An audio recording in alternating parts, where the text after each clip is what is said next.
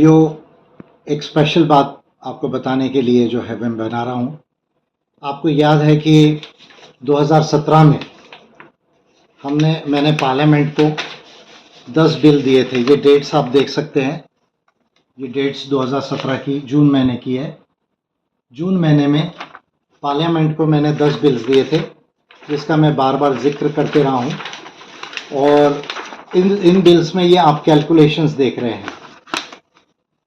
ये कैलकुलेशन पूरे देश के स्टेट्स वाइज पार्लियामेंट में क्या क्या सीट्स कितनी होगी और ये सीट्स प्रोपोर्शनल रिप्रेजेंटेशन सिस्टम में कितनी होगी, open list proportional representation system, multi member constituencies यानी 2 कॉन्स्टिट्यूएंसीज की FPTP first pass the post system में कितनी होगी, महिला रिजर्वेशन 33% में कितनी सीट्स होंगी और शेड्यूल्ड ट्राइब्स की कितनी सीट होगी, शेड्यूल्ड कास्ट की कितनी सीट्स होगी और जनरल की कितनी सीट्स होगी। ये मैंने कैलकुलेट करके दिया था। और मेरा जो रेशो था एमपीज़ और एमएलएस का जो है वो काफ़ी महत्वपूर्ण था। मैंने 1,500 पार्लियामेंट में एमपीज़ होना चाहिए करके इसमें कैलकुलेशन करके दिए थे और 6,000 के ऊपर जो है वो एमएलएस जो है मेरे कैलकुलेशन के हिसाब से प्रोपोर्शनेटली बढ़ने वाले थे। उसमें जो है लगभग 50% जो है वो प्रोपोर्शनल रिप्रेजेंटेशन सिस्टम में रहेंगे और लगभग 50% first pass the post system multi member constituencies में रहेंगे। ये मेरा कैलकुलेशन मैंने करके दिया था। आप देख सकते हैं ये टेबल है, ये बिल है, ये कोई सिंपल रिप्रेजेंटेशन नहीं है। मैंने जैसे बिल होता है कॉन्स्टिट्यूशनल अमेंडमेंट बिल्स होते हैं या representation of peoples act 1950 and 1951 के अंदर में जो अमेंडमेंट्स होंगे वो तमाम जो है वो कैलकुलेशंस करके मैंने अमेंडमेंट बिल्स बना के दिए थे। 10 बिल्स है टोटल कॉम्प्रिहेंसिव इलेक्टोरल रिफॉर्म्स के।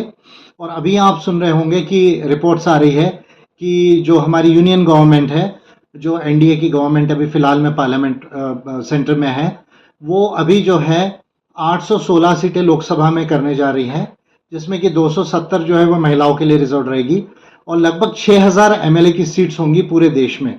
और ये वो इस सेंसस के लिए ना रुकते हुए 2011 के सेंसस का डेटा लेकर करना चाह रही है उत्तर प्रदेश चुनाव के पहले। तो ये पार्लियामेंट सेशन में या विंटर पार्लियामेंट सेशन में हो सकता है कि उसको जो है वो पास कर लेंगी। जहाँ तक जो है वो विंटर पार्लियामेंट सेशन के पहले एक मानसून पार्लियामेंट का सेशन भी आएगा, उसमें भी वो जो है वो बिल पास हो सकता है।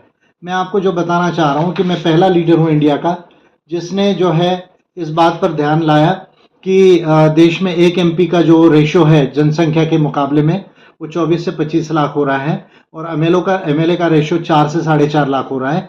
ये बाकी वर्ल्ड के कंट्रीज के जो डेमोक्रेसीज है उसके मुकाबले में ये जो रेशो है वो बहुत ज़्यादा डिस्प्रोपोर्शनेट है। जो डेमोक्रेसी का जो रिप्रेजेंटेशन का प्रिंसिपल है वो उसको निगेट करेगा। और इसलिए जो है मैंने जो कैलकुलेशन की है, पार्लियामेंट को बिल्स दिए, उसके बाद देश के अंदर ये सारे डेवलपमेंट्स हुए। नई पार्लियामेंट भी बनने का डिसीजन उसके बाद हुआ है। आज लगभग इस बात को 9 साल हो रहे हैं। मेरा जून महीने का बिल है, पार्लियामेंट को दिया था 2017 में और अभी हम लगभग जो है 2026 में है। लगभग 8.5-9 साल हो रहे हैं। तो I am the first leader of India जो एपीआई की तरफ से मैंने 10 बिल कॉम्प्रिहेंसिव इलेक्टोरल रिफॉर्म्स के दिए और उसका एक सफलता मिल रही है। मैंने 1,500 एमपीज़ का कैलकुलेशन करके दिया था, जो लगभग 8 लाख से 10 लाख पर एक एमपी हो, ये रेशो था। लेकिन अभी जो गवर्नमेंट डिसाइड कर रही है वो लगभग 14 लाख के आसपास का जो रेशो आएगा, 13 से 14 लाख एक एमपी के ऊपर में। लेकिन फिर भी देश में एमपी एमएलए की संख्या बढ़ना ये बहुत ज़्यादा ज़रूरी है, क्योंकि कॉन्स्टिट्यूएंसीज बहुत बड़ी हो रही थी। 300, 350, 400 किलोमीटर्स की कॉन्स्टिट्यूएंसी हो रही थी। उससे रिप्रेजेंटेशन जो है वो इनफेक्टिव हो रहा था। पैसा भी इलेक्शन में बहुत ज़्यादा लग रहा था और एमपी को भी नहीं मालूम था कि कितने लोग उसके कॉन्स्टिट्यूएंसीज में, और जनता को भी नहीं मालूम था। ये एपीआई का एक मेजर जो है वो सक्सेस है। इस बात की जानकारी देने के लिए ये वीडियो मैंने आज आपके साथ में बनाया है। Thank you.